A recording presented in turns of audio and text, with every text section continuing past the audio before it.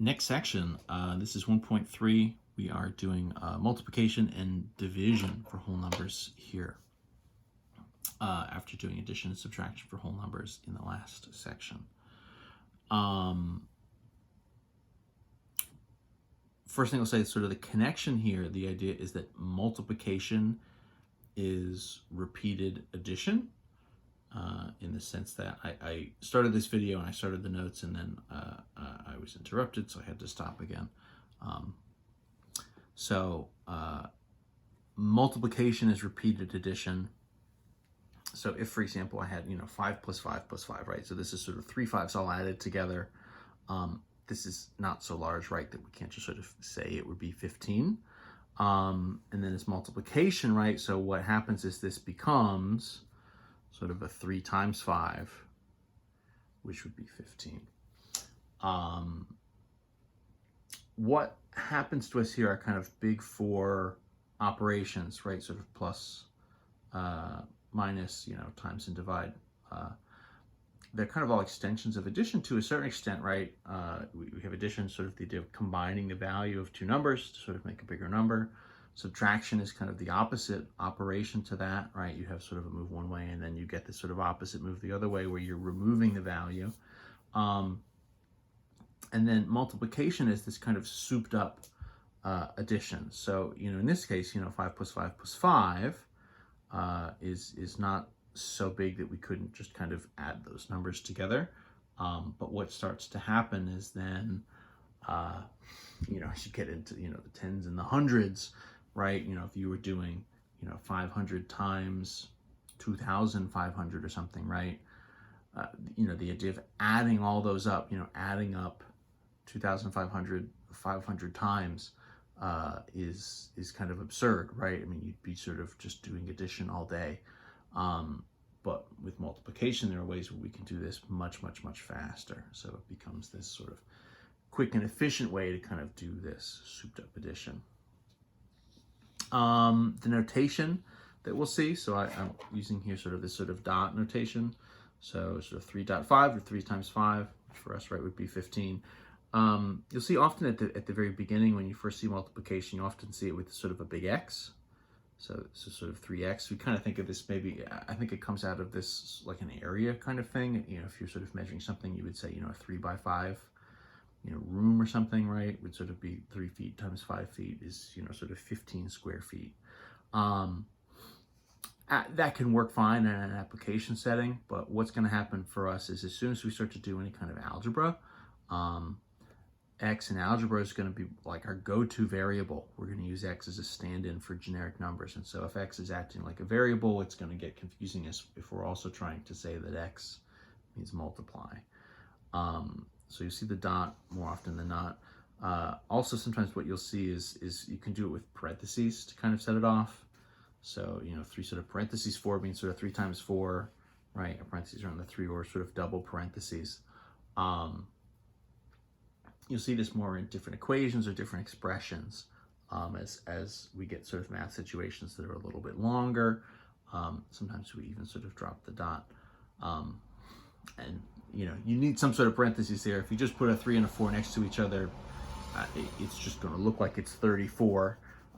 So you need something there, either the parentheses to kind of set it off that it's 2 separate numbers or the dot to sort of indicate multiplication.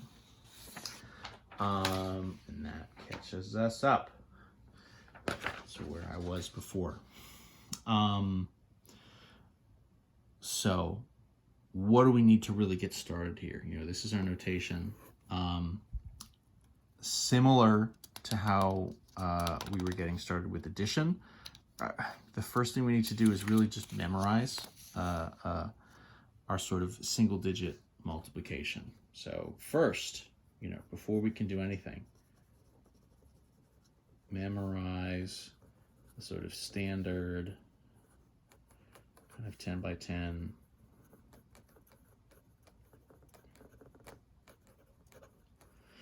multiplication table. It can be a little bit trickier than the addition. Obviously, the numbers get a little bit bigger, but this would be stuff, right? 4 times 8, 32, right? We need to just sort of know it.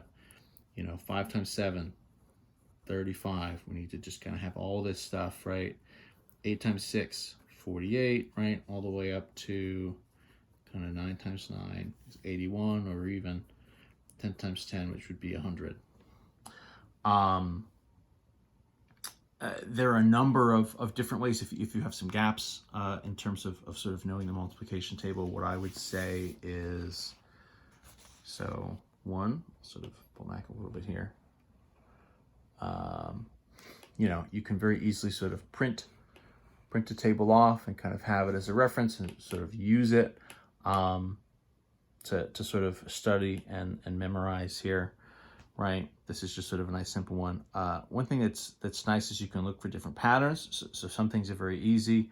Multiplying by 1 gives you the number back again. Multiplying by 2 is sort of just doubling your numbers. Those are usually pretty easy to remember.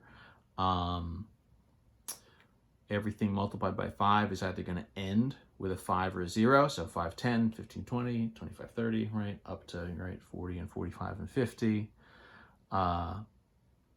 Anything multiplied by 10 is just going to sort of be the same digit, but then with an extra 0 on the end. 1 times 10 is 10, of course, but 2 times 10 is 20, and then 30, 40, 50, 60, right? 70, 80, 90, all the way up to 100.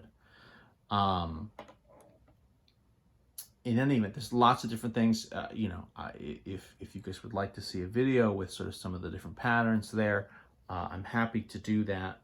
But I'm going to sort of move along in this one and kind of just say, you want this stuff all at the tips of your fingers. Everything we do, again, in theory, sure, calculators exist. You can always check your work with a calculator, and that doesn't take. It's not a matter of a time thing that a calculator is so long to do. Usually, it's pretty fast, and certainly, as the numbers get bigger, you're probably going to need to use a calculator just for that reason, for efficiency reasons. But just day-to-day kind of stuff, and for a lot of the math we're going to do here, and just what you'll see in your major and kind of everywhere, you want to have a lot of these values just at your fingertips, just so that as you're going through stuff, you see formulas, you see situations, when you see numbers out in the world, you want to have this stuff under control, and you want to be really comfortable with it, so that whatever the actual math is that's happening, you can sort of focus on learning the setup there, and you're not necessarily getting kind of caught up in the weeds of any sort of arithmetic, multiplication kind of stuff. It makes it a really big challenge. So first and foremost, get all that good stuff memorized. You want to have it just right at your fingertips. Once you've done that, you can jump to what would be multi-digit multiplication. So this has some kind of concepts in common with our sort of multi-digit addition. There's some sort of carrying aspects to it. There's place value stuff. There's a little bit of everything. Let's just sort of start. Let's start with maybe, right, something like 27 times like 6, for example. So let's just sort of start with something small. So what we're going to do, again, to get started, is we're going to stack it. And so it's like 27 times 6. We'll sort of use the x here just as a stand-in. And so what are we going to do? So the idea here is you're going to say, right, really we're just doing a series of sort of single-digit multiplications, and we're kind of working through all the possibilities. So in this case, this is 6. The breakdown here, right, 27, this would be 20 plus 7. And so what's happening is we're really doing 7 times 6, and then we're also doing 20 times 6, and we're essentially just going to add those two things together if we want to sort of look at this in sort of a broken down, what is in sort of our expanded form. in practice, what we'd say is, okay, so 6 times 7, right? 6 times 7 is 42. Just like when we did addition, right? I'm not going to just write a 42 down here. I'll write the 2, right? My sort of ones place, and then I'm going to carry the 4 up above, right? So 6 times 7 is 42, so I've got 2 here. I'm kind of carrying the 40 up, and then I'm going to do a second round. So 6 times 2,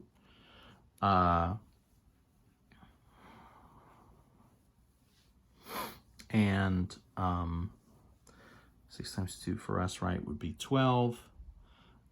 And the way we're going to kind of mark all this is we'll say, right,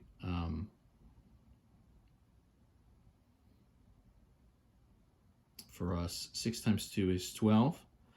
And then we're going to add, right, this sort of 4 that we've carried over. So 2 times 6 is 12. And then plus that 4 would get us 16. So 6 times 2 is 12 plus the 4. And we'll sort of bring that 16 down here, right?